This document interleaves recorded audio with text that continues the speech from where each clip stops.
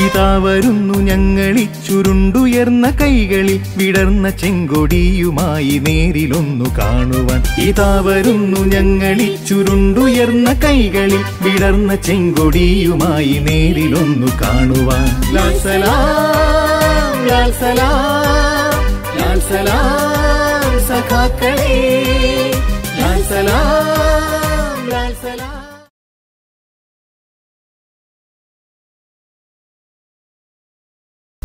പ്രിയപ്പെട്ട സഹാക്കളെ, സുഹൃത്തുക്കളെ, മാർക്സിസ്റ്റ് പാഠശാലയിൽ ഇപ്പോൾ കൈകാര്യം ചെയ്തുകൊണ്ടിരിക്കുന്നത് കമ്മ്യൂണിസ്റ്റ് പാർട്ടിയിലെ നവരത്നങ്ങൾ എന്ന അധ്യായമാണ്. അതിലെ 7 പേരെ ഇതിനകം പരിചയപ്പെടുത്തി കഴിഞ്ഞു. 8ാമത്തെ നവരത്നമെന്ന നിലയ്ക്ക് ഇന്നിവിടെ അവതരിപ്പിക്കുന്നത് ഹർകിഷൻ സിംഗ് സുർജിത്തിനെയാണ്. സുർജിത് സിംഗ്, അതാണ് പറയാനും മറ്റു എളുപ്പത്തിലുള്ള പേര്. സുർജിത്തിനെയാണ് ഇന്ന് ഈ എപ്പിസോഡിലൂടെ നിങ്ങളുടെ മുന്നിൽ അവതരിപ്പിക്കാൻ വേണ്ടി ശ്രമിക്കുന്നത്. ഇന്ത്യൻ കമ്മ്യൂണിസ്റ്റ് പ്രസ്ഥാനത്തിലെ കിങ് മേക്കർ ആണ് സുർജിത്ത്. ഇതായിരുന്നു മാധ്യമങ്ങളെല്ലാം സുർജിത്തിനെ സംബന്ധിച്ച് ഇന്ത്യയിൽ ഐക്യമുന്നണി സർക്കാർ അധികാരത്തിൽ വന്നപ്പോൾ രേഖപ്പെടുത്തിയിരുന്നത്. ദേവഗൗഡ ഈ രാജ്യത്തിൻ്റെ പ്രധാനമന്ത്രിയായി മാറിയപ്പോൾ എല്ലാ മാധ്യമങ്ങളും, ബൂർഷ്വാ വലതുപക്ഷ മാധ്യമങ്ങളെല്ലാം പറഞ്ഞത് ദേവഗൗഡയാണ് പ്രധാനമന്ത്രിയെങ്കിലും സ്റ്റിയറിംഗ് സീറ്റിലിരിക്കുന്നത് സുർജിത്ത് എന്നാണ്. അതുകൊണ്ടാണ് ഈ രാജ്യത്തിലെ പത്രങ്ങളെല്ലാം ഇന്ത്യൻ കമ്മ്യൂണിസ്റ്റ് പ്രസ്ഥാനത്തിലെ, ഇന്ത്യൻ രാഷ്ട്രീയത്തിലെ കിങ് മേക്കറാണ് സുർജിത്ത് എന്ന് വിശേഷിപ്പിച്ചത്. BJP ഇതര രാഷ്ട്രീയ പാർട്ടികളെ ഇന്ത്യൻ അധികാരത്തിൽ നിന്ന് മാറ്റി നിർത്തി ഐക്യമുന്നണി സർക്കാർ രൂപീകരിക്കുന്നതിന് നേതൃത്വം നൽകിയത് സുർജിത്തായിരുന്നു. ഇന്ത്യൻ സ്വാതന്ത്ര്യ സമര ചരിത്രത്തിൽ ആവേശകരമായ ഒട്ടേറെ അധ്യായങ്ങൾ എഴുതി ചേർത്തിട്ടുള്ള ധീരനായ പോരാളിയാണ്, പടയാളിയാണ് സഖാവ് സുർജിത്ത്. അത് കുറേ കഴിയുമ്പോൾ തന്നെ നമുക്ക് അദ്ദേഹത്തിൻ്റെ സംഭവഗതികൾ പഠിക്കുമ്പോൾ മനസ്സിലാക്കാൻ കഴിയുന്നതാണ്. പഞ്ചാബ് ഇന്ത്യൻ രാഷ്ട്രീയത്തിൽ ബ്രിട്ടീഷുകാരൻ്റെ ഭരണത്തിനെതിരായി അതിശക്തിയായി ചെറുത്തുനിൽപ്പും സമരവും സംഘടിപ്പിച്ച നാടാണ്. ബ്രിട്ടീഷുകാരൻ്റെ കൊലക്കയർ കഴുത്തിൽ മുറുകുമ്പോൾ അമ്മയെ എന്ന് വിളിക്കാതെ ഇൻകിലാബ് സിന്ദാബാദ് വിളിച്ച് ധീര രക്തസാക്ഷിത്വം വരിച്ച ഭഗത് സിംഗ്, സുഖദേവ്, രാജ്ഗുരു എന്നിവരുടെ നാടാണ് 5 നദികളുടെ ഭൂമിയാകുന്ന പഞ്ചാബ്. ഈ പഞ്ചാബിലെ വിദ്യാർത്ഥികളെയും ചെറുപ്പക്കാരെയും എന്തെന്നില്ലാതെ ആവേശം കൊള്ളിച്ചിട്ടുണ്ട് ഈ അനുഭവങ്ങളെല്ലാം. അതിൻ്റെ ഏറ്റവും വലിയ ഉദാഹരണമാണ് ഹോഷിയാർപൂരിലെ ഡെപ്യൂട്ടി കമ്മീഷണർ ഓഫീസിൽ നടന്നത്. സംഘർഷഭരിതമായ അന്തരീക്ഷം. ഡെപ്യൂട്ടി കമ്മീഷണറുടെ ഓഫീസ് 100 കണക്കിന് പോലീസുകാരുടെ സങ്കേതമാണ്. ഈ ഓഫീസ് മന്ദിരത്തിലേക്ക് പോലീസിൻ്റെ കണ്ണുവെട്ടിച്ച് 15 വയസ്സുള്ള ബാലൻ കെട്ടിടത്തിൻ്റെ നെറുകയിലെത്തി മുകളിൽ പാറി കളിച്ചുകൊണ്ടിരുന്നത് ബ്രിട്ടീഷ് സർക്കാരിൻ്റെ യൂണിയൻ ജാക്ക് പതാകയാണ്. ഈ പതാക അഴിച്ചു മാറ്റിയിട്ട് ഈ ബാലൻ കരുതിയിരുന്ന ഇന്ത്യൻ ദേശീയ പതാക, ത്രിവർണ്ണ പതാക ഉയരത്തിൽ കെട്ടി. ഇതാകട്ടെ പോലീസുകാരുടെ പ്രതീക്ഷകൾക്ക് അപ്പുറത്തായിരുന്നു. താഴെ നിന്ന പോലീസുകാർ മറ്റൊന്നും ആലോചിക്കാതെ ഈ ബാലനെ ഉന്നം പിടിച്ച് വെടി ഉതിർത്തു. 2 വെടിയുണ്ടകൾ ബാലൻ്റെ അടുത്തുകൂടി പോയെങ്കിലും ഭാഗ്യത്തിന് ഒന്നും കൊണ്ടില്ല. എന്നാൽ താഴേക്ക് വന്ന ബാലനെ ഒരു തരത്തിലും രക്ഷപ്പെടാൻ മാർഗമില്ലാതെ പോലീസിൻ്റെ കൈകളിൽ അകപ്പെടുകയാണ് ഉണ്ടായത്. പോലീസ് ബാലനെ അറസ്റ്റ് ചെയ്ത് കോടതിയിൽ ഹാജരാക്കി. കോടതി ബാലനെ 1 വർഷത്തെ തടവിന് ശിക്ഷിച്ചു. 18 വയസ്സ് പൂർത്തിയായിട്ടില്ല ബാലനായിരുന്നു ഇയാൾ. 1 വർഷത്തെ തടവിന് വിധിച്ചു. വിധി കേട്ടപ്പോൾ ബാലൻ കോടതിയോട് ചോദിച്ചത് 1 വർഷം മാത്രമേ ഉള്ളൂ എന്നാണ്. എനിക്ക് മുഴുവൻ ശിക്ഷയും വേണം. ഈ ബാലനാണ് പിൽക്കാലത്ത് 14ാം പാർട്ടി കോൺഗ്രസ് മദ്രാസിൽ, ചെന്നൈയിൽ 1992 ചേരുമ്പോൾ CPIMൻ്റെ ജനറൽ സെക്രട്ടറിയായി ഉയർന്ന ഹർകിഷൻ സിംഗ് സുർജിത്ത്. പഞ്ചാബിൽ ജലന്ധർ ജില്ലയിൽ റൂപ്പോവാൾ എന്ന കൊച്ചു ഗ്രാമത്തിൽ 1916 മാർച്ച് 23 സുർജിത്ത് ജനിച്ചു. അച്ഛൻ ഹർനാം സിംഗ്, അമ്മ ഗർബച്ചൻ കൗർ. അച്ഛൻ ബ്രിട്ടീഷ് സൈന്യത്തിൽ പണിയെടുത്തിരുന്നു. ഒന്നാം ലോക യുദ്ധകാലത്ത് 1914 മുതൽ 18 വരെ സൈനിക സേവനം ഉപേക്ഷിക്കുകയും ദേശീയ പ്രസ്ഥാനത്തിൻ്റെ പ്രവർത്തകനായി മാറുകയും ചെയ്തു. അദ്ദേഹം അകാലി പാർട്ടിയിൽ ചേർന്ന് പ്രവർത്തിച്ചു. രാഷ്ട്രീയമായി ഏറെ സജീവതയുള്ള ജില്ലയാണ് ജലന്ധർ. കോൺഗ്രസ് പാർട്ടി നേതാക്കളും അകാലി നേതാക്കളും നിരന്തരമായി വന്നുപോയിക്കൊണ്ടിരുന്ന പ്രദേശമാണിത്. അകാലി പാർട്ടി ആരംഭം മുതൽ സാമ്രാജ്യത്വ വിരുദ്ധ മനോഭാവം പുലർത്തിപ്പോന്നിരുന്ന പാർട്ടിയാണ്. സിഖ് ജനങ്ങൾ എവിടെയായിരുന്നാലും അവരെല്ലാം ദേശസ്വാതന്ത്ര്യത്തിനായി എന്തെന്നില്ലാതെ ആഗ്രഹം പ്രകടിപ്പിച്ചു വന്നവരാണ്. വിദേശ രാജ്യങ്ങളിൽ കഴിഞ്ഞിരുന്ന സിഖുകാരടക്കം അമിതമായ ദേശീയ സ്നേഹം പ്രകടിപ്പിച്ചവരാണ്.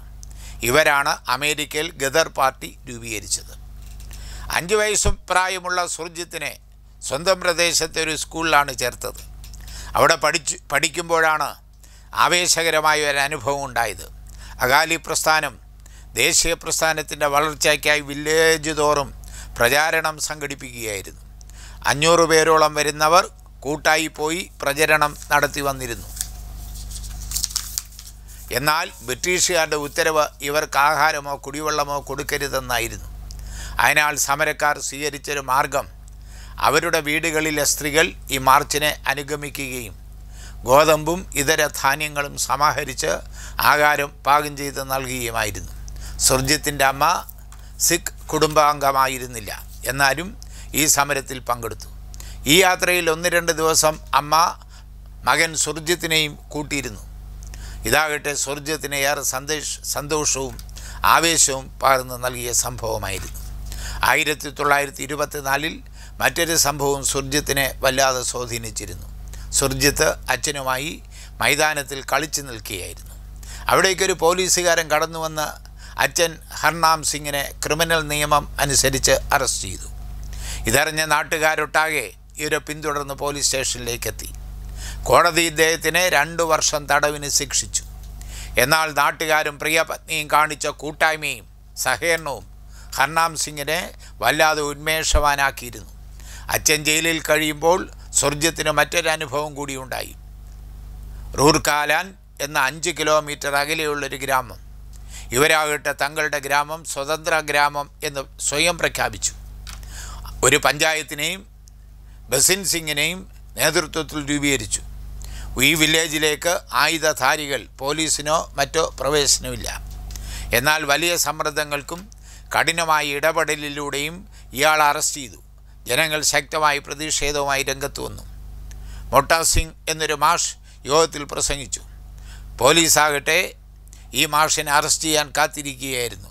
സുർജിത്തും അച്ഛനും ഈ യോഗത്തിൽ പങ്കെടുത്തിരുന്നു. ഈ പ്രതിഷേധ യോഗം സുർജിത്ത് നൽകിയ ധാർമ്മികമായ ബലം വളരെ വലുതായിരുന്നു. ഇത്തരത്തിലുള്ള എല്ലാ തരത്തിലുള്ള പ്രവർത്തനങ്ങൾക്കും ഒരു സങ്കേതം സുർജിത്തിൻ്റെ വീടായിരുന്നു. പല നേതാക്കന്മാരും വരും. അവരുടെ സംസാരം അവർ കൊണ്ടുവരുന്ന പത്രമാസികകൾ ഇതെല്ലാം സുർജിത്ത് ശ്രദ്ധിച്ചിരുന്നു. 2 വർഷം കഴിഞ്ഞ് അച്ഛൻ ജയിൽ മോചിതനായെങ്കിലും വീണ്ടും പോലീസ് അറസ്റ്റ് ചെയ്ത് 6 മാസത്തെ ജയിലിൽ അടച്ചു. 6 മാസം കഴിഞ്ഞ് ജയിലിൽ നിന്നെത്തിയ അച്ഛനും കുടുംബവും വല്ലാതെ സാമ്പത്തിക ഞെരുക്കത്തിലായിരുന്നു. സ്വന്തം അമ്മ പോലും സഹായിക്കാനില്ലാതെ വന്നപ്പോൾ 2 ഏക്കർ വസ്തു പണയപ്പെടുത്തി പണം സംഘടിപ്പിച്ചു. ഒരു കള്ള പാസ്പോർട്ട് സംഘടിപ്പിച്ച് അച്ഛൻ അമേരിക്കയിലേക്ക് പോയി. എന്നാൽ കുറച്ചു കാലം എന്തെന്നില്ലാതെ ബുദ്ധിമുട്ടുകയും പണം പോലും വീട്ടിലയക്കാൻ കഴിയുമായിരുന്നില്ല. അമ്മയുടെ കഠിനമായ അധ്വാനമാണ് കുടുംബത്തിനെ മുന്നോട്ട് നയിച്ചത്. നിരോധിക്കപ്പെട്ട അകാലി പാർട്ടികളുടെ നേതാക്കന്മാർ ബാബ കരം സിംഗ് സീമയും ബാഗ് സിംഗ് കനേഡിയനും ഒരു ദിവസം സുർജിത്തിൻ്റെ വീട്ടിലെത്തിയിരുന്നു. ഒരു പൊതു സമ്മേളനം നടത്തുന്നതിനുള്ള ക്രമീകരണങ്ങൾ നടത്താനുള്ള ആവശ്യം സുർജിത്തിൻ്റെ മുന്നിൽ അവർ സമർപ്പിച്ചു. അടുത്തുള്ള ഗുരുദ്വാരയിൽ നിന്ന് ഒരു മേശയും 2 കസേരയും സംഘടിപ്പിച്ചു. എന്നിട്ടൊരു മണിയും സംഘടിപ്പിച്ചുകൊണ്ട് നാട് നീളെ മണിമുഴക്കി പൊതുയോഗത്തിൻ്റെ വിളംബരം നടത്തി. ഗംഭീരമായ പൊതുയോഗമാണ് അവിടെ നടന്നത്. രണ്ട് നേതാക്കന്മാരും പ്രസംഗിക്കുകയും ചെയ്തു. എന്നാൽ അടുത്ത ദിവസം സ്കൂളിലെത്തിയപ്പോൾ ഹെഡ് മാസ്റ്ററുടെ മുറിയിൽ സുർജിത്തിനെ അറസ്റ്റ് ചെയ്യുന്നതിന് പോലീസുകാർ കാത്തിരിക്കുകയായിരുന്നു. പ്രായപൂർത്തിയാകാത്തതിനാൽ മാപ്പ് പറഞ്ഞ് അറസ്റ്റിൽ നിന്ന് വിടുതൽ നേടാനാണ് ഹെഡ് മാസ്റ്റർ ഉപദേശിച്ചത്. എന്നാൽ സുർജിത്ത് മാപ്പ് പറയാൻ തയ്യാറായിരുന്നില്ല. സുർജിത്തിൻ്റെ അച്ഛൻ്റെ സുഹൃത്തായിരുന്നു ഹെഡ് മാസ്റ്ററെങ്കിലും അദ്ദേഹത്തിന് സുർജിത്തിനെ സ്കൂളിൽ നിന്ന് പിരിച്ചുവിടേണ്ടി വന്നു. അമ്മയുടെ നിർദ്ദേശമനുസരിച്ച് മറ്റ് ചില സ്കൂളുകളിൽ പഠിക്കുന്നതിനുള്ള ശ്രമം നടത്തിയെങ്കിലും വിജയിച്ചില്ല. തുടർന്ന് കോൺഗ്രസ് പാർട്ടി നേതാവ് ഹരിസിംഗ് ജലന്ധർ ഒരു സ്കൂളിൽ ചേർന്നു പഠിക്കുന്നതിന് സൗകര്യം ലഭിച്ചു. പഠനത്തിനായുള്ള പണം അമ്മയുടെ കഠിനാധ്വാനത്തിലൂടെയാണ് കണ്ടെത്തിയത്. പുതിയ സ്കൂൾ ഡോബ ഹൈസ്കൂൾ ജലന്ധർ സിറ്റിയിലാണ് സ്ഥിതി ചെയ്യുന്നത്. ഈ പ്രദേശമായിട്ട് കടുത്ത രാഷ്ട്രീയ ചടുലത നിലനിൽക്കുന്നിടമാണ്. 1929 അമേരിക്കയിൽ ഉണ്ടായ സാമ്പത്തിക മാന്ദ്യം ജലന്ധറിലെ കാർഷിക മേഖലയാകെ ബാധിച്ചു. ഇതിനെതിരെ നിരന്തരം പൊതുയോഗങ്ങൾ നടന്നു. എല്ലാ മീറ്റിങ്ങുകളും സുർജിത്ത് പങ്കാളിയായിരുന്നു. നേതാക്കന്മാരിൽ പലരും അച്ഛൻ്റെ സുഹൃത്തുക്കളായിരുന്നതിനാൽ അവരെല്ലാം സുർജിത്തിനോട് പ്രത്യേകമായൊരു താല്പര്യം പ്രകടിപ്പിച്ചിരുന്നു. ഈ ഒരു സാഹചര്യത്തിലാണ് ഭഗത് സിംഗിൻ്റെ സ്വാധീനം സുർജിത്തിൽ ഉണ്ടാകുന്നത്. ഭഗത് സിംഗ് നേതൃത്വം നൽകി രൂപീകരിച്ച നവജവാൻ ഭാരത് സഭയിൽ സുർജിത്ത് സ്വമേധയാ അംഗമായി. സുർജിത്തിന് 14 വയസ്സായിരുന്നു പ്രായം.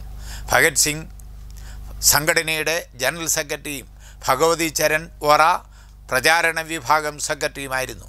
സായുധ സമരം ലക്ഷ്യമായി പ്രഖ്യാപിച്ച് പ്രവർത്തനം സംഘടിപ്പിച്ചു വന്നിരുന്ന സംഘടനയാണിത്. ഇൻക്വിലാബ് സിന്ദാബാദ്, സാമ്രാജ്യത്വം തകരട്ടെ, ഇതായിരുന്നു സംഘടനയുടെ മുദ്രാവാക്യം. ഇതിലൂടെയാണ് ഭഗത് സിംഗ് സുർജിത്തിൻ്റെ മുന്നിൽ വിപ്ലവ നായകനാകുന്നത്. അങ്ങനെ ആരാധിച്ചിരുന്ന വീരപുരുഷൻ ഭഗത് സിംഗിനെയും അദ്ദേഹത്തിൻ്റെ സഹാക്കളായ സുഖദേവ്, രാജഗുരു എന്നിവരെയും 1931 മാർച്ച് 23 ബ്രിട്ടീഷ് സർക്കാർ തൂക്കിക്കൊന്നത് ഞെട്ടിപ്പിക്കുന്നൊരു സംഭവമായിരുന്നു. ഈ സാഹചര്യത്തിലും പഠിത്തം തുടർന്നു. മാർച്ച് മാസം 1932 മെട്രിക്കുലേഷൻ പരീക്ഷ എഴുതി. എന്നാൽ ശാസ്ത്ര വിഷയങ്ങളുടെ പ്രായോഗിക പരീക്ഷ കഴിയുന്നതിന് മുമ്പ് സ്കൂളിന് അവധി പ്രഖ്യാപിച്ചു. സ്കൂൾ അവധി ദിനങ്ങളിൽ സുർജിത്ത് തൻ്റെ അപ്പൂപ്പൻ്റെ സഹോദരിയുടെ വീട് സന്ദർശിക്കുക പതിവായിരുന്നു. ഇതാകട്ടെ ഗോസിയാപൂർ ആയിരുന്നു. ഈ അവസരങ്ങളിലെല്ലാം അവിടുത്തെ കോൺഗ്രസ് പാർട്ടി ഓഫീസിലും സുർജിത്ത് എത്തുമായിരുന്നു. ഭഗത് സിംഗിൻ്റെ 1ാമത് ചരമവാർഷികം വിപുലമായി സംഘടിപ്പിക്കുന്നത് കോൺഗ്രസ് പാർട്ടി ആലോചിക്കുകയായിരുന്നു. ഇത് രഹസ്യ പോലീസ് വിഭാഗത്തിൽ നിന്ന് മനസ്സിലാക്കി ബ്രിട്ടീഷ് ഗവർണർ ഈ ദിനാചരണം നടത്താതിരിക്കുന്നതിന് ആ ദിവസം തന്നെ ഗോസിയാപൂരിലേക്ക് സന്ദർശനം നിശ്ചയിച്ചു. ഇത് കോൺഗ്രസ് പ്രവർത്തകരിൽ വല്ലാത്ത കരിനിഴൽ വീഴ്ത്തിയിരുന്നു. എന്നാൽ കോൺഗ്രസ് പാർട്ടി ഗോസിയാപൂർ ജില്ലാ കോടതിയിൽ ത്രിവർണ്ണ പതാക ഉയർത്തുമെന്ന് പ്രഖ്യാപിച്ചു. ഇത് തടയുന്നതിനുള്ള എല്ലാ പ്രതിരോധ സംവിധാനവും ബ്രിട്ടീഷ് സർക്കാർ ഉയർത്തിയിരുന്നു. ഇതിനെ തുടർന്ന് കോൺഗ്രസ് പാർട്ടി പ്രഖ്യാപിച്ചിരുന്ന പരിപാടിയിൽ നിന്ന് പുറകോട്ട് പോയിരുന്നു. എന്നാൽ ഈ വെല്ലുവിളി ഏറ്റെടുക്കാൻ 15 വയസ്സുള്ള സുർജിത്ത് തയ്യാറായി. വലിയ പോലീസ് സന്നാഹത്തിൻ്റെ കണ്ണുവെട്ടിച്ച് സുർജിത്ത് പതാക ഉയർത്തിയതും തുടർന്നുള്ള തടവ് ശിക്ഷയുമാണ് ആരംഭത്തിൽ ഞാൻ വിശദീകരിച്ചത്. പ്രായപൂർത്തിയാകാത്തതിനാൽ 1 വർഷത്തെ തടവാണ് സുർജിത്തിന് വിധിച്ചത്. ഒരാഴ്ച കഴിഞ്ഞതിന് ശേഷമാണ് ഈ വാർത്തകൾ പരന്നത്. അച്ഛൻ ഒരു ജയിൽ വാർഡനുമായി രഹസ്യമായൊരു എഴുത്ത് കൊടുത്തയച്ചു. തിരഞ്ഞെടുത്തിരിക്കുന്ന പാത ഒരിക്കലും ഉപേക്ഷിക്കരുത് എന്നായിരുന്നു കത്ത്. അച്ഛൻ്റെ ആവശ്യം ജയിലിൽ സന്ദർശനം നടത്തി അമ്മ ആവശ്യപ്പെട്ടത് ധൈര്യം കൈവിടാതിരിക്കണമെന്നായിരുന്നു. 1 വർഷം കഴിഞ്ഞ് ജയിൽ മോചിതനായ സുർജിത്ത് ഒരു വീരപുരുഷനായി മാറിയിരുന്നു. തുടർന്ന് കോൺഗ്രസ് പാർട്ടിയിൽ അംഗമായ സുർജിത്ത് ജലന്ധർ ജില്ലയുടെ സെക്രട്ടറിയായി ഉയർന്നു. സെക്രട്ടറിയായി പ്രവർത്തിക്കുമ്പോഴാണ് കമ്മ്യൂണിസ്റ്റ് പാർട്ടിയുമായി അടുക്കുന്നതിനുള്ള അവസരം ലഭിച്ചത്. അമേരിക്ക ആസ്ഥാനമായി പ്രവർത്തിക്കുന്ന ഗദർ പാർട്ടി ചെറുപ്പക്കാരെ മോസ്കോയിൽ പരിശീലനത്തിന് അയക്കുമായിരുന്നു. മാർക്സിസ്റ്റ് തത്വശാസ്ത്രം തൊഴിലാളി വർഗത്തിനെ പഠിപ്പിക്കുന്നതിന് ലെനിൻ മുൻകൈയെടുത്ത് സ്ഥാപിച്ചിട്ടുള്ളതാണ് ഈസ്റ്റേൺ വർക്കേഴ്സ് യൂണിവേഴ്സിറ്റി. വിവിധ രാജ്യങ്ങളിലെ വിപ്ലവകാരികളെ ക്ഷണിച്ച് അവർക്ക് പരിശീലനം നൽകുക എന്നതായിരുന്നു ലക്ഷ്യം. ഇവർ തിരിച്ച് വന്ന് വിപ്ലവ പ്രവർത്തനം നടത്തണമെന്നതായിരുന്നു അങ്ങനത്തെ കണ്ടീഷൻ. അങ്ങനെ പരിശീലനം ലഭിച്ച ഒരാളായിരുന്നു ഹർബർ സിംഗ് ബസി.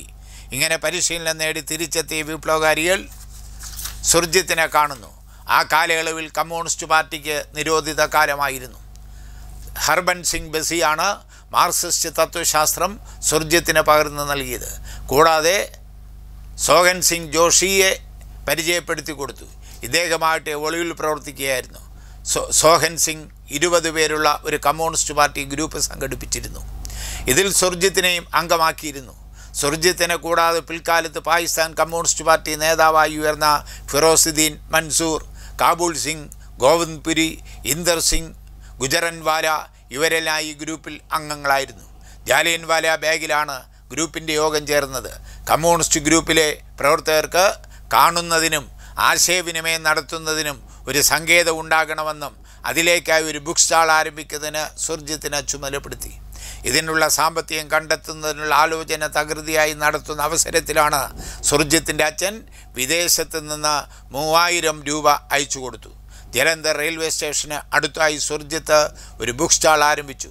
പാർട്ടി പ്രവർത്തനവും ബുക്ക് സ്റ്റാളും ഒരുമിച്ച് കൊണ്ടുപോകുന്നതിന് സുർജിത്തിന് കഴിഞ്ഞിരുന്നു. ഇതിനിടയിൽ ഒരു പ്രധാനപ്പെട്ട സംഭവം അരങ്ങേറി. കോൺഗ്രസ് പാർട്ടി പ്രസിഡൻ്റായി ആചാര്യ കൃപലാനി പ്രവർത്തിക്കുമ്പോഴാണ് ഒരു സർക്കുലർ താഴെയുള്ള ഘടകങ്ങൾക്ക് അയച്ചത്. ചുവന്ന കൊടി കോൺഗ്രസ് പാർട്ടി സമ്മേളനത്തിൽ കൊണ്ടുവരാൻ പാടുള്ളതല്ലായിരുന്നു എന്നായിരുന്നു നിർദ്ദേശം. ഇതാകട്ടെ സുർജിത്തിനെ വല്ലാതെ ചൊടിപ്പിച്ചു. ഈ സർക്കുലറുമായി സുർജിത്ത് പാർട്ടി നേതാവ് പണ്ഡിറ്റ് ജവഹർലാൽ നെഹ്റുവിനെ കണ്ടു. അദ്ദേഹം കൃപലാനിയുടെ വീക്ഷണക്കുറവ് കൊണ്ടാണ് സംഭവിച്ചത് എന്നാണ് പറഞ്ഞത്. നെഹ്റു പഞ്ചാബിലെ എത്താമെന്നും ജനങ്ങളോട് സംസാരിക്കാമെന്നും സുർജിത്തിന് ഉറപ്പ് നൽകി. പൊതുയോഗത്തിനുള്ള സ്ഥലം അന്വേഷിച്ച് സുർജിത്തിന് ഒരു കാര്യം മനസ്സിലായി. ബ്രിട്ടീഷ് പോലീസ് ഒഴിഞ്ഞുകിടന്നിരുന്ന പ്രദേശങ്ങളിൽ എല്ലാം കൈയടക്കിയിരുന്നു. യോഗം സംഘടിപ്പിക്കാൻ വാശിയോടെ നിലയുറപ്പിച്ചിരുന്ന സുർജിത്തിൻ്റെ മുന്നിൽ മറ്റൊരു ഉപാധിയുമില്ലായിരുന്നു. നന്നായി പാകപ്പെട്ട് കിടന്നിരുന്ന ഗോതമ്പ് പാടത്തിന് തീയിട്ട് സമ്മേളന സ്ഥലം ഒരുക്കി യോഗം നടത്തി. നെഹ്റു എത്തുകയും നല്ലൊരു പ്രസംഗം നടത്തുകയും ആൾക്കാരെ ആവേശഭരിതരാക്കുകയും ചെയ്തു. 1935 സുർജിത്തിൻ്റെ വിവാഹം പ്രീതം കൗറുമായി നടന്നു. എന്നാൽ വിവാഹശേഷം തൻ്റെ സ്വന്തം നാട്ടിലേക്ക് മടങ്ങുകയായിരുന്ന സുർജിത്തിനെ പോലീസ് വഴിയിൽ നിന്ന് അറസ്റ്റ് ചെയ്തു. എന്നാൽ അമ്മയുടെ ശക്തമായ സമ്മർദ്ദത്തിനെ തുടർന്ന് വീട് വരെ പത്നിയോടും അമ്മയോടും പോകാൻ അനുവദിച്ചെങ്കിലും വീട്ടിൽ കയറാൻ അനുവദിക്കാതെ തടവറയിലേക്ക് നയിച്ചു. ജയിലിൽ കഴിഞ്ഞ സുർജിത്തിനെ സഹോദരിയും ഭാര്യ പ്രീതം കൗറും സന്ദർശിച്ചു. രസകരമായ വസ്തുത സുർജിത്തിന് ഭാര്യയെ തിരിച്ചറിയാൻ സാധിച്ചില്ല എന്നതായിരുന്നു. സഹോദരിയോട് കൂടെയുണ്ടായിരുന്ന ആളിനെപ്പറ്റി ചോദിച്ചപ്പോഴാണ് അത് പ്രീതം കൗർ ആണെന്ന് ബോധിപ്പിച്ചത്. കുറേ മാസങ്ങൾക്ക് ശേഷമാണ് സുർജിത്തിനെ ജയിലിൽ നിന്ന് മോചിപ്പിച്ചത്. ഈ ദമ്പതികൾക്ക് 2 പുത്രന്മാരും 2 പുത്രിമാരും ഉണ്ടായിരുന്നു. ഇവരുടെ ദാമ്പത്യ ജീവിതം വളരെ ദൈർഘ്യമേറിയതായിരുന്നു. 72 വർഷം അത് നീണ്ടുനിന്നു. കോൺഗ്രസ് സോഷ്യലിസ്റ്റ് പാർട്ടിയിൽ 1936 സുർജിത്ത് അംഗമായി ചേർന്നു. ഇതേ വർഷം കിസാൻ സഭയുടെ പ്രവർത്തനം പഞ്ചാബിൽ ആരംഭിക്കുകയും ചെയ്തു. മരണം വരെ കിസാൻ സഭയുടെ മുഖ്യ പോരാളികളിൽ ഒരാൾ സുർജിത്ത് ആയിരുന്നു. 2ാം ലോക മഹായുദ്ധം 1939 സെപ്റ്റംബർ 1-ാം തീയതി ആരംഭിച്ചു. സോവിയറ്റ് യൂണിയന് നേർക്ക് യുദ്ധമില്ലാത്തതിനാൽ കമ്മ്യൂണിസ്റ്റ് ഇൻ്റർനാഷണൽ 2ാം ലോക മഹായുദ്ധം സാമ്രാജ്യത്വ രാഷ്ട്രങ്ങൾ തമ്മിൽ നടത്തുന്ന യുദ്ധമെന്നാണ് വിശേഷിപ്പിച്ചത്. ബ്രിട്ടീഷ് സർക്കാർ സിയോളിൽ ഒരു കരുതൽ തടവ് കേന്ദ്രം ആരംഭിച്ചു. Congress party, Congress socialist party, communist party നേതാക്കന്മാർ, പ്രവർത്തകർ ഇവരെയാണ് തടവിലാക്കിയത്. ആ കൂട്ടത്തിൽ സുർജിത്തും പെട്ടു. സുർജിത്ത് അവിടെ എത്തുമ്പോൾ BT Ranadive, S A Dange, Ajay Ghosh തുടങ്ങിയ കമ്മ്യൂണിസ്റ്റ് നേതാക്കൾ, അതുപോലെ കോൺഗ്രസ് സോഷ്യലിസ്റ്റ് പാർട്ടി നേതാവ് ജയപ്രകാശ് നാരായൺ ഇവരെല്ലാം ഉണ്ടായിരുന്നു. പണ്ഡിതനും എഴുത്തുകാരനുമായിരുന്ന രാഹുൽ സംസ്കൃതായൻ ഇവരടക്കം 500-ലേറെ പേർ ജയിലിലുണ്ടായിരുന്നു. ജയിൽ സൂപ്രണ്ട് ബ്രിട്ടീഷുകാരൻ ക്രസ്റ്റർ ആയിരുന്നു. ഇയാളാകട്ടെ മുഴുക്കുടിയനായിരുന്നു. ജയിലിനുള്ളിൽ സ്ഥിരമായി രാഷ്ട്രീയ ക്ലാസുകൾ കമ്മ്യൂണിസ്റ്റുകാർക്കായി ഉണ്ടായിരുന്നു. സുർജിത്തിൽ സജീവമായി പങ്കെടുക്കുകയായിരുന്നു. പഞ്ചാബിൽ ക്ലാസ് എടുക്കേണ്ട ഉത്തരവാദിത്വം വന്നു ചേർന്നു. 1941 ജൂൺ മാസം 2ാം ലോക മഹായുദ്ധത്തിൻ്റെ ഗതി മാറി. ഫാസിസ്റ്റ് ശക്തികളുടെ ആക്രമണം സോവിയറ്റ് യൂണിയൻ്റെ നേർക്ക് തിരിഞ്ഞു. കമ്മ്യൂണിസ്റ്റ് ഇൻ്റർനാഷണൽ ആഹ്വാനം ഉയർന്നു. ലോകത്തിലെ കമ്മ്യൂണിസ്റ്റ് ശിശുവിനെ കണ്ണിലെ കൃഷ്ണമണി പോലെ കാത്തു സൂക്ഷിക്കണം, അതായിരുന്നു ആഹ്വാനം. അതിലേക്ക് ലോകത്തിലെ കമ്മ്യൂണിസ്റ്റുകാർ സോവിയറ്റ് യൂണിയൻ്റെ പിന്നിൽ അണിനിരക്കുക, ഇതായിരുന്നു ആഹ്വാനം. ഇതിനെ തുടർന്ന് ഇന്ത്യയിലെ കമ്മ്യൂണിസ്റ്റ് പാർട്ടി സോവിയറ്റ് യൂണിയന് പിന്തുണ പ്രഖ്യാപിച്ചു. എന്നാൽ സോവിയറ്റ് യൂണിയൻ നില സോവിയറ്റ് യൂണിയൻ്റെ നില ബെർലിൻ, റോം, ടോക്കിയോ അച്ചുതണ്ടിനെതിരെയായിരുന്നു. അതിൻ്റെ ഫലമായി 1942 ബ്രിട്ടീഷ് സർക്കാർ കമ്മ്യൂണിസ്റ്റ് പാർട്ടിക്കെതിരെയുള്ള നിരോധനം പിൻവലിച്ചു. കമ്മ്യൂണിസ്റ്റുകാരെ മോചിപ്പിച്ചെങ്കിലും സുർജിത്ത് മോചിതനായത് 1944 ആയിരുന്നു. ജയിൽ മോചിതനായ സുർജിത്ത് കിസാൻ പ്രസ്ഥാനം ശക്തിപ്പെടുത്തുന്നതിനുള്ള പ്രവർത്തനമാണ് സംഘടിപ്പിച്ചത്. പഞ്ചാബിൽ കമ്മ്യൂണിസ്റ്റ് പാർട്ടി ശക്തിപ്പെടുത്തുന്നതിനും അനവരതം പ്രവർത്തിച്ചു. യുദ്ധവിരുദ്ധ നിലപാട് സ്വീകരിച്ച കമ്മ്യൂണിസ്റ്റുകാരെ തുടർന്നും വേട്ടയാടുന്നതിന് ആരംഭിച്ചു. പഞ്ചാബ് സംസ്ഥാന സർക്കാർ സുർജിത്തിനോട് പഞ്ചാബ് വിട്ടു പോകുന്നതിന് ആജ്ഞാപിച്ചു. തുടർന്ന് സുർജിത്തിൻ്റെ പ്രവർത്തനം ഒളിവിലായി. ഒളിവ് ജീവിതത്തിനിടയിൽ കർത്തർപൂരിൽ സുർജിത്ത് സ്ഥിരം ക്ലാസുകൾ സംഘടിപ്പിക്കുകയായിരുന്നു. ആ ക്ലാസ്സിൽ പങ്കെടുത്തിട്ടുള്ള ഒരാളാണ് പിൽക്കാലത്ത് ഇന്ത്യയിലെ പ്രധാനമന്ത്രിയായി ഉയർന്ന IK ഗുജറാൾ. ക്ലാസിൻ്റെ വിവരം പോലീസ് മനസ്സിലാക്കി. ആ വിവരം കിട്ടിയ സുർജിത്ത് പാടശേഖരത്തിൻ്റെ ഇടയിലൂടെ 40 കിലോമീറ്ററിലധികം ദൂരം സഞ്ചരിച്ചാണ് രക്ഷപ്പെട്ടത്. ഇതുപോലെ നിരവധി പ്രാവശ്യം പോലീസിൻ്റെ കൈകളിൽ നിന്ന് സുർജിത്ത് രക്ഷപ്പെട്ടിട്ടുണ്ട്. സംശയത്തിൻ്റെ പേരിൽ അകാരണമായി സുർജിത്തിനെ അറസ്റ്റ് ചെയ്ത സംഭവങ്ങളും ഉണ്ടായിട്ടുണ്ട്. ട്രെയിൻ യാത്രയ്ക്കിടയിലാണ് ഇത് സംഭവിച്ചത്. സുർജിത്ത് സഞ്ചരിച്ചിരുന്ന ട്രെയിനിൽ മറ്റൊരു കമ്മ്യൂണിസ്റ്റുകാരൻ കരം സിംഗ് മാൻ ഉണ്ടായിരുന്നു. പോലീസ് അദ്ദേഹത്തിനെ തേടി നടക്കുന്ന സമയമായിരുന്നു. അമൃതസർ സ്റ്റേഷനിൽ വെച്ച് പോലീസ് ഇയാളെ തിരിച്ചറിഞ്ഞു. ഇത് മനസ്സിലാക്കി കരം സിംഗ് ലാഹോറിനിപ്പുറത്തുള്ള ഭഗൽപൂർ സ്റ്റേഷനിൽ ഇറങ്ങി. സുർജിത്തും അവിടെ ഇറങ്ങി. സുർജിത്തിനെ തിരിച്ചറിയാൻ കഴിയാത്ത പോലീസ് സംശയത്തിൻ്റെ പേരിൽ ഇയാൾ അറസ്റ്റ് ചെയ്തു. തുടർന്ന് കുപ്രസിദ്ധമായ ലാഹോർ റെഡ് ഫോർട്ട് ജയിലിൽ അടച്ചു. സുർജിത്തിനെ നിരവധി പ്രാവശ്യം ചോദ്യം ചെയ്തെങ്കിലും ഒരു വിവരവും ലഭിച്ചില്ല. തുടർന്ന് ഇയാൾ ഒരു ഇരുട്ടുമുറിയിൽ അടച്ചു. കിണർ പോലത്തെ ഒരു കുഴിയായിരുന്നു. കാറ്റും വെളിച്ചവും തീരെ ലഭിച്ചില്ല. ഒരാഴ്ചത്തേക്ക് ചെറിയൊരു പാത്രത്തിൽ വെള്ളം നൽകും. ആഹാര സാധനങ്ങൾ ഒരു ദൂരത്തിലൂടെ എറിഞ്ഞു കൊടുക്കുകയാണ് പതിവ്. 3 മാസം ആ കിടങ്ങിലാണ് സൂക്ഷിച്ചത്. ഇതിനിടയിൽ സുർജിത്തിൻ്റെ കാഴ്ചശക്തി നശിച്ചു തുടങ്ങിയിരുന്നു. പരിശോധനയിൽ ഒരു ഐറിഷ് ഡോക്ടർ ഇദ്ദേഹത്തിൻ്റെ ആരോഗ്യപരമായ അവസ്ഥയെ സംബന്ധിച്ചെഴുതി. തുടർന്ന് ഇദ്ദേഹത്തിനെ സിയോളി കരുതൽ തടവ് കേന്ദ്രത്തിലേക്ക് മാറ്റി.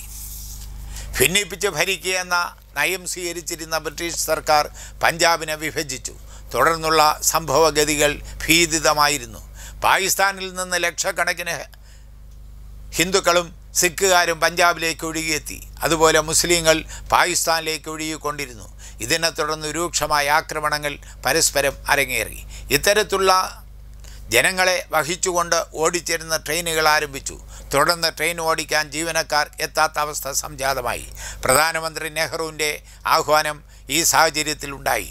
ഇതിനെ തുടർന്ന് south Indian railway workers union 50 ഡ്രൈവർമാരെ അയച്ചു കൊടുക്കുകയും ലക്ഷക്കണക്കിന് ആൾക്കാരുടെ ജീവൻ രക്ഷിക്കുകയും ചെയ്തു. ഈ സാഹചര്യത്തിൽ പ്രമുഖ രാഷ്ട്രീയ പാർട്ടികളായിരുന്ന കോൺഗ്രസിലും അകാലി പാർട്ടിയിലും മതപരമായ വിഭാഗീയത വളർന്നെങ്കിലും കമ്മ്യൂണിസ്റ്റ് പാർട്ടി മാത്രമാണ് രംഗത്ത് വന്ന് ജനങ്ങളെ സംരക്ഷിച്ചത്. രൂക്ഷമായ മതസംഘടന നടന്ന പ്രദേശമാണ് ജാലിയൻവാല ബാഗ്. 1919 ഏപ്രിൽ കൂട്ടക്കശാപ്പാണ് അവിടെ നടന്നത്. കോൺഗ്രസ് പാർട്ടി നേതാവ് സെയ്ഫുദ്ദീൻ കിച്ലുവിനെ ബ്രിട്ടീഷ് സർക്കാർ അറസ്റ്റ് ചെയ്തു. ഇതിൽ പ്രതിഷേധിക്കാൻ ചേർന്ന കോൺഗ്രസ്സുകാരുടെ നേർക്കാണ് ബ്രിട്ടീഷ് മിലിറ്ററി ജനറൽ ഡയറിൻ്റെ ഉത്തരവ് പ്രകാരം വെടിവെച്ചത്. 400-ലേറെ പേർ അപ്പോൾ തന്നെ മരിച്ചു വീണു. വിഭജന കാലത്ത് ഡോക്ടർ സെയ്ഫുദ്ദീൻ കിച്ലുവിൻ്റെ ജീവന് ഭീഷണി ഉയർത്തിയിരുന്നു.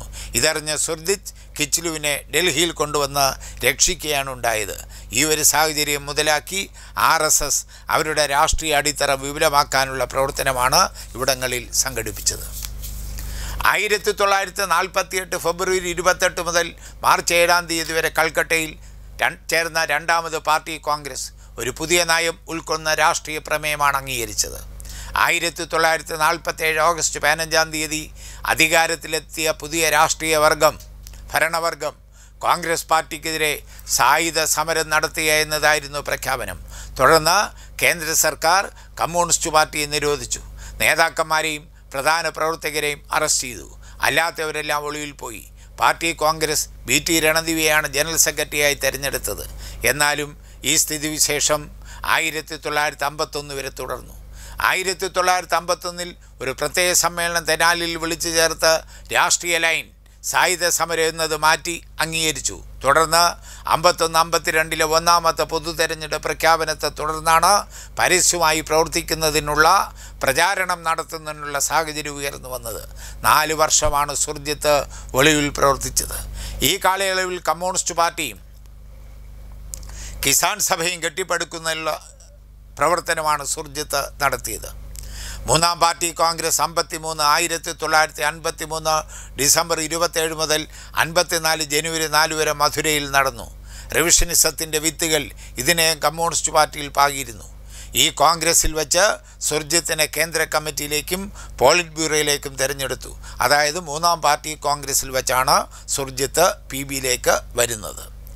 ഈ കോൺഗ്രസിൽ വെച്ച് സുർജിത്ത് ഒരു കാര്യം തെളിയിച്ചു: ഇംഗ്ലീഷ് ഭാഷയിൽ തനിക്ക് സംസാരിക്കാനാകുമെന്ന്. 4ാം പാർട്ടി കോൺഗ്രസ് 1956 ഏപ്രിൽ 19 മുതൽ 29 വരെ കേരളത്തിൽ പാലക്കാടാണ് നടന്നത്. 5ാമത് പാർട്ടി കോൺഗ്രസ് 58 ഏപ്രിൽ 6 മുതൽ 13 വരെ പഞ്ചാബിൽ അമൃത്സറിൽ നടന്നു. പാർട്ടിക്കകത്ത് അഭിപ്രായ വ്യത്യാസം വളരെ രൂക്ഷമായിരുന്നു. സമ്മേളനത്തിൻ്റെ ചുമതലക്കാരിൽ പ്രധാനി സുർജിത്ത് ആയിരുന്നു. 5ാമത്തെ കോൺഗ്രസ് സംഘടനാപരമായൊരു മാറ്റം നിർദ്ദേശിക്കപ്പെട്ടു. അതിലൊന്ന്, അടിസ്ഥാന ഘടകം സെല്ലായിരുന്നത് മാറ്റി കൂടുതൽ അംഗങ്ങളെ ചേർക്കാൻ കഴിയുന്ന ബ്രാഞ്ചാക്കി മാറ്റി. അതിനുള്ള ഭരണഘടനാ ഭേദഗതി പാസ്സാക്കിയെടുത്തിരുന്നു. 2ാമതായി കൊണ്ടുവന്ന മാറ്റം, കേന്ദ്ര സംഘടന എന്ന നിലയ്ക്ക് സെൻട്രൽ കമ്മിറ്റി, പോളിറ്റ് ബ്യൂറോ എന്നിവയ്ക്ക് പകരം ദേശീയ കൗൺസിൽ, സെക്രട്ടേറിയറ്റ്, സെൻട്രൽ എക്സിക്യൂട്ടീവ് എന്നിങ്ങനെ 3 തട്ടുകൾ നിലവിൽ വന്നു. ആദ്യത്തെ സെൻട്രൽ സെക്രട്ടേറിയറ്റിൽ 8 പേർ അംഗങ്ങളായിരുന്നു. Ajay Ghosh general secretary, S.A. Dange, Bhupesh Gupta, doctor Z.A. Ahmed, P.C. Joshi, A.K. Gopalan, B.T. Ranadive, M. Basavapunnaiah, Surjeet എന്നിവരായിരുന്നു അംഗങ്ങൾ. ലക്ഷത്തിലേറെ സഹാക്കൾ അണിനിരന്നിരുന്ന പ്രകടനമാണ് അവിടെ നടന്നത്. ഇതെല്ലാം സുർജിത്തിൻ്റെ സംഘടനാ വൈഭവം വിളിച്ചോതുന്നതായിരുന്നു. പഞ്ചാബ് സംസ്ഥാന സെക്രട്ടറിയായും സുർജിത്ത് പ്രവർത്തിക്കുകയായിരുന്നു. 1959 പഞ്ചാബിൽ സർക്കാർ കർഷകൻ്റെ പുറത്തൊരു പുതിയ ലെവി ചുമത്തി. ഫക്രാനങ്കർ ഡാമിലെ ജലം ഉപയോഗിക്കുന്നവരാണ് പുതിയ നികുതി നൽകേണ്ടിയിരുന്നത്. പ്രതാപ് സിംഗ് ഖേറൻ ആയിരുന്നു മുഖ്യമന്ത്രി. 25 വർഷത്തേക്ക് 123 കോടി രൂപയാണ് ഒടുക്കേണ്ടിയിരുന്നത്. ഡാം നിർമ്മിച്ചതിൻ്റെ തുക പിരിച്ചെടുക്കാൻ സർക്കാർ കണ്ടെത്തിയിരുന്ന കുറുക്കു വഴിയായിരുന്നു ഇത്. ഇതിൽ പ്രതിഷേധിച്ച് കർഷകരാകെ സമരരംഗത്ത് വന്നു.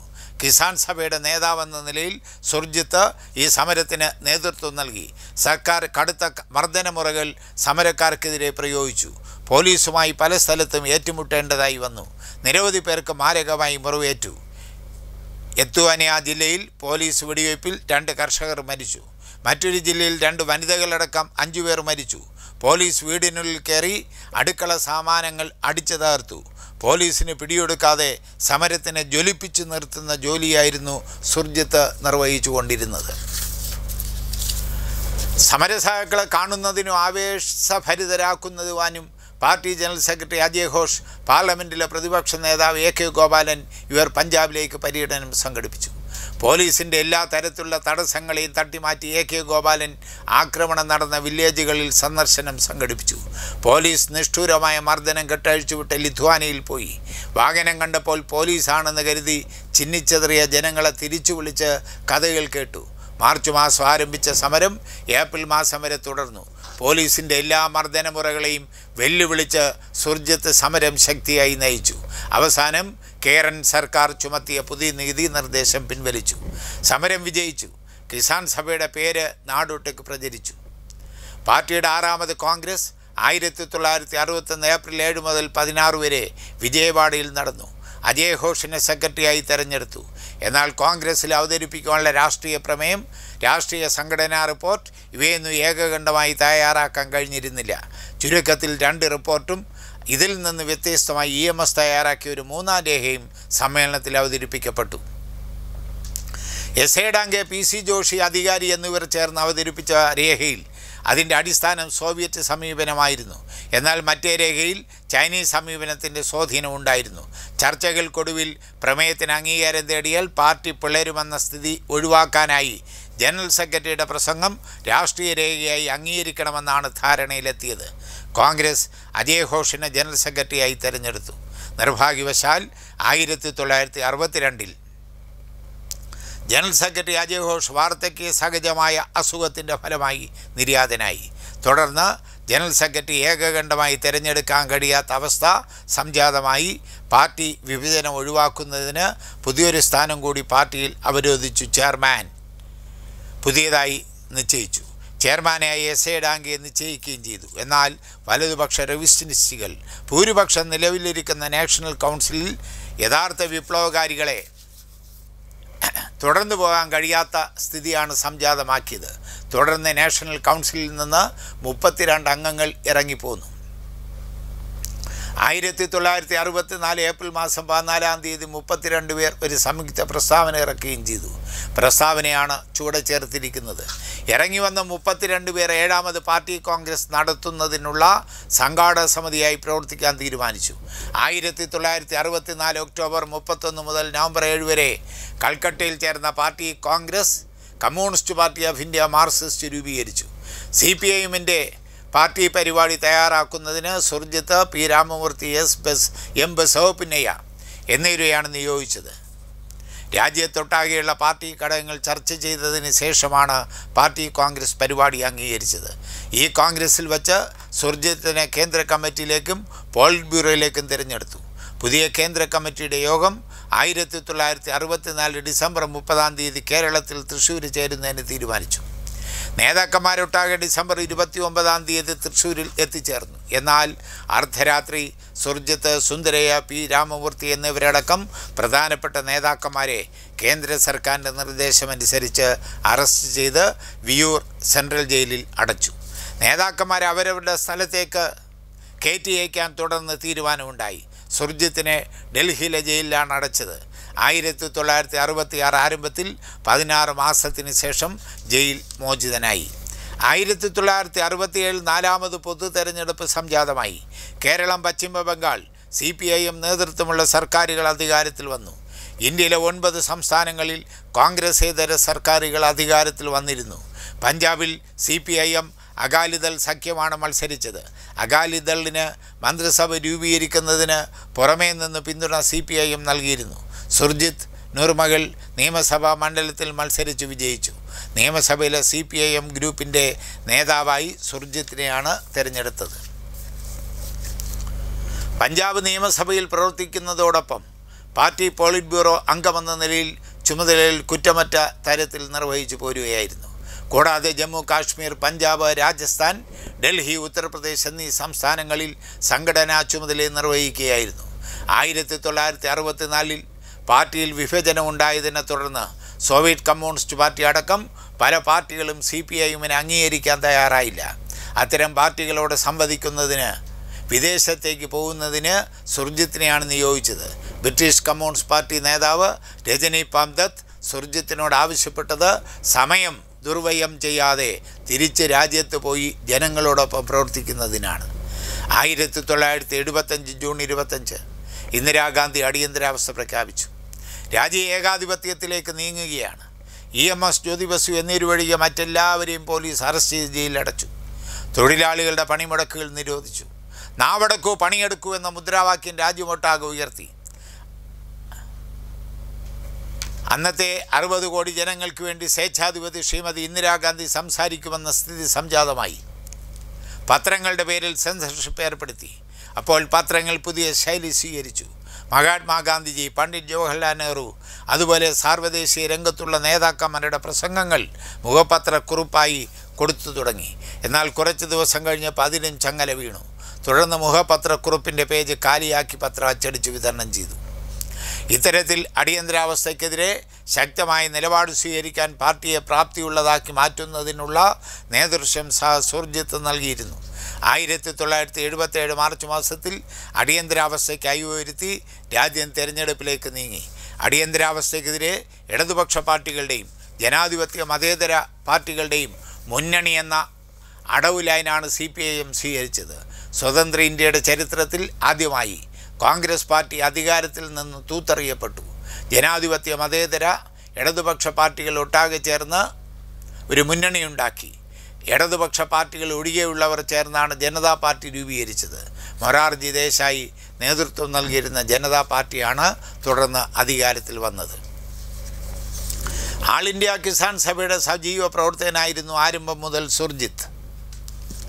പഞ്ചാബിലെ കർഷകരെയും തൊഴിലാളികളെയും സംഘടിപ്പിക്കുന്നതിൽ മുഖ്യമായ പങ്ക് ആരംഭം മുതൽ സുർജിത്ത് വഹിച്ചു പോരുകയായിരുന്നു. 1974 ആൾ ഇന്ത്യ കിസാൻ സഭയുടെ ജനറൽ സെക്രട്ടറി ആയിരുന്നു. ഹരേകൃഷ്ണ കോണാറിൻ്റെ നിര്യാണത്തെ തുടർന്ന് സുർജിത്ത് ജനറൽ സെക്രട്ടറിയായി. 1989 പ്രസിഡൻ്റായിട്ടാണ് തിരഞ്ഞെടുത്തത്. 1992 CPIMൻ്റെ 14ാം കോൺഗ്രസിൽ സുർജിത്തിനെ ജനറൽ സെക്രട്ടറിയായി തിരഞ്ഞെടുക്കുന്നതുവരെ കിസാൻ സഭയുടെ പ്രസിഡൻ്റായി തുടർന്നു. അതിനുശേഷം മരണം വരെ വൈസ് പ്രസിഡൻ്റായി പ്രവർത്തിച്ചു വരികയായിരുന്നു. കൃഷിക്കാരെയും തൊഴിലാളികളെയും സംബന്ധിച്ച് നിരവധി പുസ്തകങ്ങളും ലേഖനങ്ങളും സുർജിത്തിൻ്റേതായി ഉണ്ട്.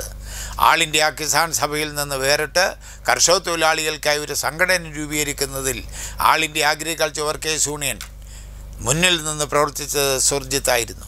ഗ്രാമീണ മേഖലയിലെ തൊഴിലാളികളെ സംഘടിപ്പിക്കുന്നതിൻ്റെ പ്രാധാന്യം തിരിച്ചറിഞ്ഞ് പ്രവർത്തിച്ച നേതാവായിരുന്നു സുർജിത്ത്. 1980കളിൽ പഞ്ചാബിൻ്റെ രാഷ്ട്രീയ സ്ഥിതിഗതികളിൽ കാര്യമായ മാറ്റം വന്നു തുടങ്ങി. പഞ്ചാബിനെ ഭാഷയുടെ അടിസ്ഥാനത്തിൽ പഞ്ചാബെന്ന് ഹരിയാനയെന്ന് വിഭജിക്കാൻ തയ്യാറാകേണ്ടി വന്നു. അത്തരത്തിലുള്ള പ്രതിപക്ഷ നേതാക്കന്മാരോട് ഏതൊരാലോചനയും നടത്താതെയാണ് കേന്ദ്ര സർക്കാർ ഇത്തരം നടപടികളുമായി മുന്നോട്ട് നീങ്ങിയത്. ജനാധിപത്യപരമായി പ്രശ്നം പരിഹരിക്കുക എന്ന സമീപനം മാത്രമല്ല കേന്ദ്ര സർക്കാർ കൈക്കൊണ്ടത്. ചണ്ഡീഗഡ് പഞ്ചാബിനാണോ ഹരിയാനയ്ക്കാണോ എന്ന തർക്കമാണ് രൂക്ഷമായി ഉയർന്നു വന്നത്. സിഖ് മത നേതാവ് ഫത്തേ സിംഗ് ആത്മാഹുതി അടക്കം പ്രഖ്യാപിച്ചു. ഈ സാഹചര്യത്തിൽ ഒരു ഒത്തുതീർപ്പിനുള്ള പാത വെട്ടിത്തെളിക്കുന്നതിൽ നിർണായകമായ പങ്കുവഹിച്ചത് സുർജിത്തായിരുന്നു. ചണ്ഡീഗഡിനെ പഞ്ചാബിൻ്റെ തലസ്ഥാനമായി നിലനിർത്തുക, ഹരിയാനയ്ക്ക് പുതിയൊരു തലസ്ഥാനം പട്ടണം പണിയുന്നതിന് സാമ്പത്തിക സഹായം നൽകുക, കേന്ദ്ര സർക്കാർ അതിനുവേണ്ടിയുള്ള സഹായം കൊടുക്കണം, ഇതാണ് മുന്നോട്ട് വച്ചത്. ഇതിനെ തുടർന്ന് ഇത്തരത്തിലുള്ളൊരു ഒത്തുതീർപ്പ് കണ്ടെത്താനുള്ള പരിശ്രമങ്ങൾക്ക് നേതൃത്വം നൽകിയത് സുർജിത്തായിരുന്നു. എന്നാൽ ഈ സംഘർഷഭരിതമായ അന്തരീക്ഷം പഞ്ചാബിൽ നിലനിൽക്കുമ്പോഴാണ് ഭിന്ദ്രൻവാലയുടെ നേതൃത്വത്തിൽ സിഖ് തീവ്രവാദ പ്രസ്ഥാനം രൂപം കൊണ്ടത്. അമൃത്സറിലെ സുവർണ ക്ഷേത്രം ഭിന്ദ്രൻവാലയുടെ ആയുധപുരയായി മാറി. ഈ പ്രശ്നപരിഹാരത്തിന് സ്വീകരിക്കേണ്ടെന്ന നിലപാടിനെക്കുറിച്ച് പോലും കേന്ദ്ര സർക്കാർ പ്രതിപക്ഷ പാർട്ടി നേതാക്കന്മാരുമായി ചർച്ചയ്ക്ക് തയ്യാറായില്ല. പകരം സുവർണ ക്ഷേത്രത്തിലേക്ക് സൈന്യത്തിനെ അയക്കുകയും രൂക്ഷമായ ആക്രമണം നടത്തുകയുമാണ് ചെയ്തത്. നിരവധി ഖാലിസ്ഥാനികൾ ആക്രമണത്തിനെതിരായി മരണത്തിന് വരിച്ചു. ഈ സാഹചര്യത്തിൽ സുർജിത്തിൻ്റെ ജീവന് ഭീഷണി നേരിട്ടു. ഇതിനെല്ലാം നേരിട്ട് പഞ്ചാബിലൊട്ടാകെ സഞ്ചരിക്കുകയും രാഷ്ട്രീയ സ്ഥിതിഗതികൾ ജനങ്ങളെ ബോധ്യപ്പെടുത്തുകയും ചെയ്തു. 200-ലേറെ CPM പ്രവർത്തകരാണ് ഇതിൻ്റെ പേരിൽ കൊലപാതകത്തിന് ഇരയായത്. രാജ്യത്തൊട്ടാകെ വർഗീയ ഭീകരവാദ പ്രസ്ഥാനം എന്തെന്നില്ലാത്ത ഭീഷണി ഉയർത്തി വളർന്നു വന്നപ്പോൾ അതിനെതിരെ ജനാധിപത്യ പാർട്ടികളുടെയും മതനിരപേക്ഷ കക്ഷികളുടെയും ശക്തമായ മുന്നണി ഉയർത്തിക്കൊണ്ടുവരുന്നതിൽ മുഖ്യമായ പങ്കുവഹിച്ചത് സുർജിത്തായിരുന്നു. സോവിയറ്റ് യൂണിയൻ്റെ പതനത്തിന് ശേഷം 1992 സുർജിത്ത് പാർട്ടി ജനറൽ സെക്രട്ടറി ആവുന്നത് അതുമുതലാണ്. ലോക രാഷ്ട്രീയ രംഗത്ത് സോവിയറ്റ് യൂണിയൻ അടക്കം സോഷ്യലിസ്റ്റ് രാഷ്ട്രങ്ങൾക്കൊരിക്കലും തിരിച്ചടി ഉണ്ടാകുകയില്ലെന്നതായിരുന്നു 1960 മോസ്കോയിൽ ചേർന്ന കമ്മ്യൂണിസ്റ്റ് പാർട്ടികളുടെ സാർവദേശീയ സമ്മേളനം ചെന്നെത്തിയിരുന്ന നിഗമനം. ഇതിനെ തുടർന്നാണ് സോവിയറ്റ് യൂണിയൻ്റെ തകർച്ചയുടെ കാരണം മാർക്സിസത്തിൻ്റെ പിഴവല്ലെന്നും പ്രയോഗത്തിലുണ്ടായ പിശകെന്നും ചൂണ്ടിക്കാണിച്ചത്.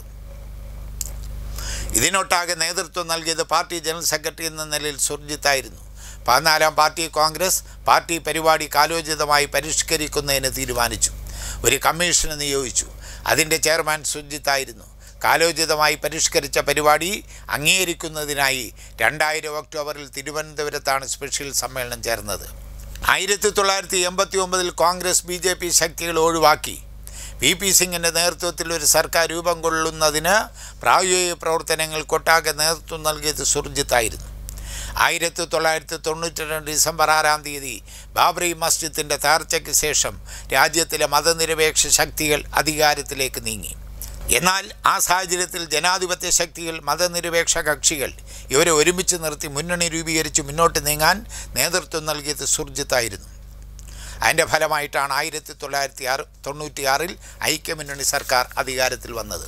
ദേവഗൗഡ പ്രധാനമന്ത്രിയായി ഉയർന്നു.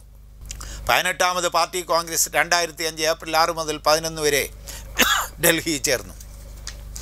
അതിൽ വച്ച് സുർജിത്ത് ജനറൽ സെക്രട്ടറി സ്ഥാനത്ത് നിന്ന് മാറി. തുടർന്ന് കേന്ദ്ര കമ്മിറ്റി യോഗത്തിലും പോളിറ്റ് ബ്യൂറോയിലും കൃത്യമായി പങ്കെടുക്കുകയും ചെയ്തു. പ്രവർത്തനങ്ങൾക്കൊട്ടാകെ നേതൃത്വം നൽകി. കമ്മ്യൂണിസ്റ്റ് പാർട്ടിയുടെ ചരിത്രം സുർജിത്തിൻ്റെ ആധികാരികമായ ഒരു പുസ്തകമാണ്. ആദ്യകാലങ്ങളിൽ സുർജിത്ത് പഞ്ചാബിലും ഉറുദുവിലും കവിതകൾ എഴുതുമായിരുന്നു. ആ സമയത്തിൽ അദ്ദേഹത്തിൻ്റെ പേര് ഹർകിഷൻ സിംഗ് ബസി എന്നായിരുന്നു. പിന്നീടായിരുന്നു ബസിയെ മാറ്റി സുർജിത്ത് എന്ന പേര് സ്വീകരിച്ചത്. പഞ്ചാബിൽ സുർജിത്ത് എന്നതിൻ്റെ അർത്ഥം അനശ്വരനായ മനുഷ്യൻ എന്നാണ്. പ്രീതം കൗറുമായിട്ടുള്ള ദാമ്പത്യ ബന്ധം 72 വർഷം നീണ്ടു നിന്നു. കുടുംബസ്വത്ത് ഭാഗം വച്ചപ്പോൾ 20 ലക്ഷം രൂപയാണ് സുർജിത്തിന് വീതമായി ലഭിച്ചത്. ആ തുക അത്രയും പാർട്ടിക്കായി സംഭാവന നൽകി. വിയറ്റ്നാം സന്ദർശനത്തിന് അതിൻ്റെ തയ്യാറെടുപ്പിൻ്റെ ഇടയിൽ സുർജിത്തിന് സുഖമില്ലാതാവുന്നു. ഡൽഹി ആശുപത്രിയിൽ അഡ്മിറ്റ് ചെയ്യുന്നു. വിവിധ രാഷ്ട്രീയ പാർട്ടി നേതാക്കന്മാർ സുർജിത്തിനെ സന്ദർശിക്കുന്നു. പ്രധാനമന്ത്രി ഡോക്ടർ മൻമോഹൻ സിംഗ് അടക്കം ആശുപത്രിയിലെത്തിയിരുന്നു. വളരെ കാര്യമായി ചികിത്സാ സംവിധാനത്തിലൂടെ 91 വയസ്സുകാരൻ്റെ ജീവൻ പിടിച്ചു നിർത്താനുള്ള പരിശ്രമം ഡോക്ടർമാർ കൂട്ടായി നടത്തിയിരുന്നു. 2008 ആഗസ്റ്റ് മാസം 1-ാം തീയതി ഇന്ത്യൻ വിപ്ലവ പ്രസ്ഥാനത്തിൻ്റെ ഉന്നത ശീർഷനായ സർ സുർജിത്ത് എന്ന അനശ്വര മനുഷ്യൻ അനശ്വരത മാത്രം ബാക്കിയായി അന്ത്യശ്വാസം വലിക്കുകയാണ് ഉണ്ടായത്. അങ്ങനെ സുർജിത്തിൻ്റെ ജീവിതം ഇവിടെ അവസാനിക്കുകയാണ്. ഈ അധ്യായത്തിൽ ഇനി പ്രമോദ് ദാസ് ഗുപ്ത, PD ഗുപ്ത എന്ന നവരത്നങ്ങളുടെ അവസാനത്തെ ആളെ കൂടെ അടുത്തൊരു എപ്പിസോഡിൽ പറയുമ്പോൾ ഈ അധ്യായം തീരും എന്ന് സൂചിപ്പിച്ചുകൊണ്ട് ഇത് അവസാനിപ്പിക്കുന്നു. അഭിവാദനങ്ങൾ.